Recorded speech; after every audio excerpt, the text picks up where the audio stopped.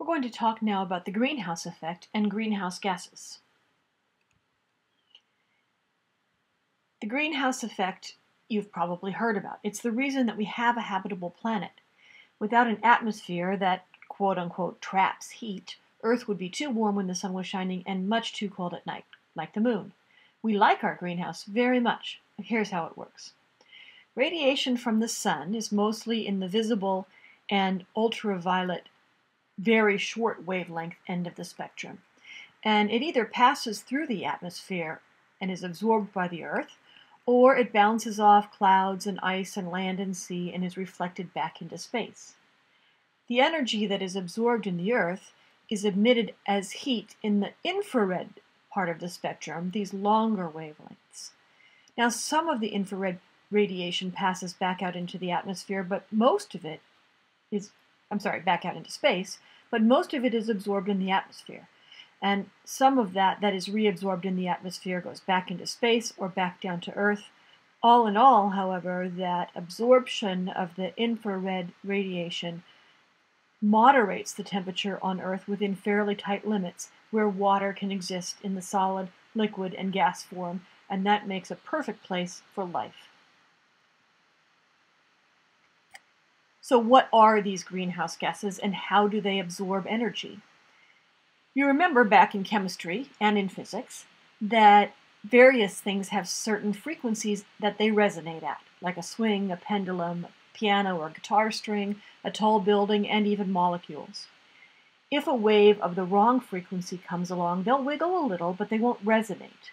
But if the right frequency wave comes along, these things will resonate and absorb that energy and move at a particular frequency.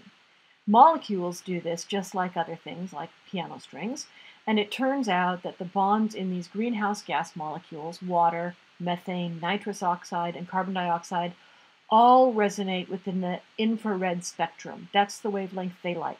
So they're predisposed to absorb energy at those wavelengths. So this is a more detailed picture of the greenhouse effect with the heat budget shown. Each of the numbers is a measure of heat in watts per meter squared. Remember that watts is energy per second, so time is already in there. So one of your vocabulary words is albedo.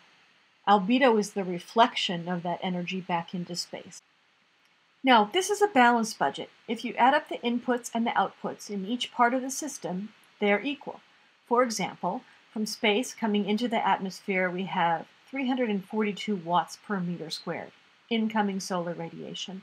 And that is balanced by 107 watts of reflected solar radiation and then 235 watts outgoing long-wave radiation. Every part of this picture is balanced. You could do the same thing with Earth and with the atmosphere. And of course, being balanced is a good thing, right? Energy can't be either created or destroyed, so there has to be a balance somewhere. So this is how the greenhouse works. So let's zero in on these greenhouse gases and get a more firm picture of what they are and what their effect is on the greenhouse overall.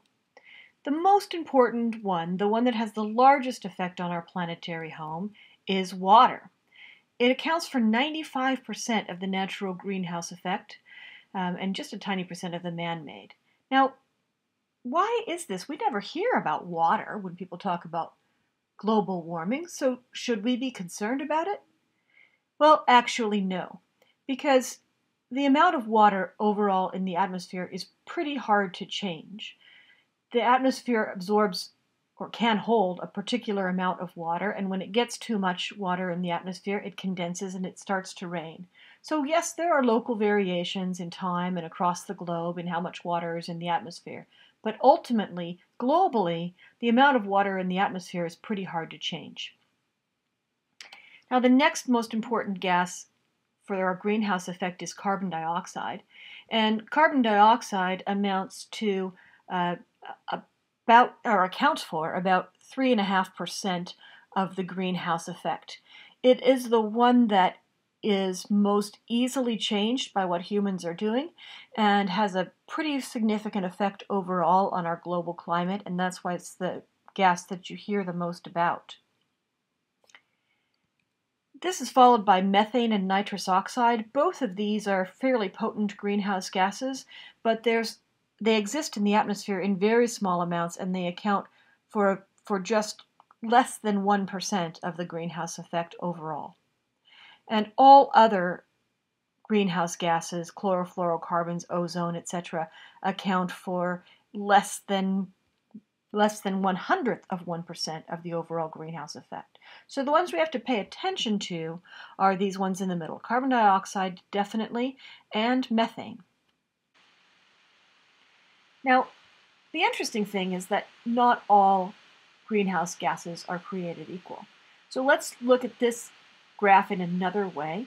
This is a pie chart, obviously, of the greenhouse gases and their effect on the atmosphere. Let's look at carbon dioxide and methane. In this pie chart, you can see that there's about 3 times as much effect from carbon dioxide as methane. Carbon dioxide has a greenhouse effect that accounts for about 63% of the total, and CH4, methane, about 18%. So the effect of carbon dioxide is about 3 times. But check this out. The amount of carbon dioxide in the atmosphere is about 250 times the amount of methane. So methane is a very powerful greenhouse gas, much more powerful than CO2. There's just a whole lot less of it in the atmosphere. That's important, actually, because we're producing a lot of methane, too. And so pay attention to methane. Even though it's a tiny amount, it's a mighty operator in the system. Now, this is a graph going back in time that shows the concentrations of 3 major greenhouse gases in the atmosphere. The scale on the left-hand side is in parts per million for CO2 and parts per billion for nitrous oxide. And on the right-hand side, it's in parts per billion for methane. And what does that mean? It means that today there is about 400 parts per million CO2. For every million molecules in the atmosphere, there are about 400 of them that are CO2. And for every billion molecules in the atmosphere, there are about 2,000 of them that are methane. That does not sound like a lot, does it? But look at this. For thousands of years, the number for CO2 has been about 285 parts per million and about 650 parts per billion for methane. These, by the way, come from direct measurements of trapped air in ice. And this particular graph goes back 2,000 years, but the ice record is much, much longer than that. Now, a carbon dioxide level of 400 is kind of alarming, but we've had that level of carbon dioxide in the atmosphere in the past. What's really alarming about these data is the rate of change. Carbon dioxide, methane, and nitrous oxide are increasing in the atmosphere at rates that are unprecedented in geologic history.